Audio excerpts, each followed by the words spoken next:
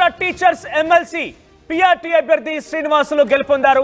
అయితే ఇప్పటికి అధికారిక ఇన్ఫర్మేషన్ విడుదల కావాల్సింది. నేపథ్యంలో ఆంధ్రప్రదేశ్ ప్రభుత్వానికి ఒక ఎదురుదెబ్బ తగిలింది.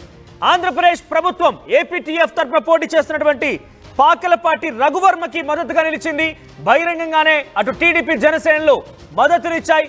ఈ నేపథ్యంలో ఓడిపోయారు. అంటే అనతి కాలంలోనే కూటమి ప్రభుత్వం మద్దతు తెలిపినటువంటి ఒక వ్యక్తి ఓటమి చెందడంతో ఇది డెఫినెట్గా ప్రభుత్వం పైన కూడా ప్రభావం చూపే అవకాశం కనబడుతోంది. అయితే మరోవైపుగా ఇండిపెండెంట్ అభ్యర్థిగా పోటీ చేసినటువంటి శ్రీనివాసులు నాయుడు గెలుపొందారు. ఇది టీడీపీ ప్రభుత్వానికి అండ్ జనసేన టీడీపీ పార్టీలకు కూడా ఒక ఎదురుదెబ్బగా చూడాలి. ఏపీటీఎఫ్ తరఫున అటు పాకలపాటి రఘువర్మ పోటీ చేశారు.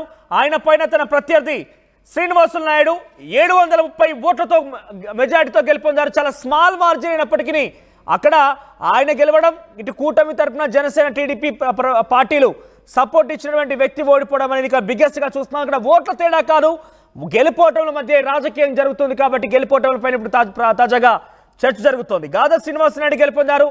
ఆయన మొదటి స్థానంలో ఉన్న రెండవ ప్రాధాన్యత ఓట్ల ఆధారితంగా ఆయన గెలుపొందని తెలుస్తోంది. సో కాసేపట్లోనే అధికారిక ప్రకటన కూడా రాబోతోంది. కౌంటింగ్ దగ్గర నుంచి పాకలపాటి రఘువర్మ వెళ్ళిపోయారు. శ్రీనివాస నాయుడికి ఒకవైపు డైరెక్ట్ గా కాకపోయినప్పటికీ ఇండైరెక్ట్ గా కొంత వెన్నుదానుగా బీజేపీ నిలిచిందనేది రాజకీయాల చర్చ నడుస్తోంది.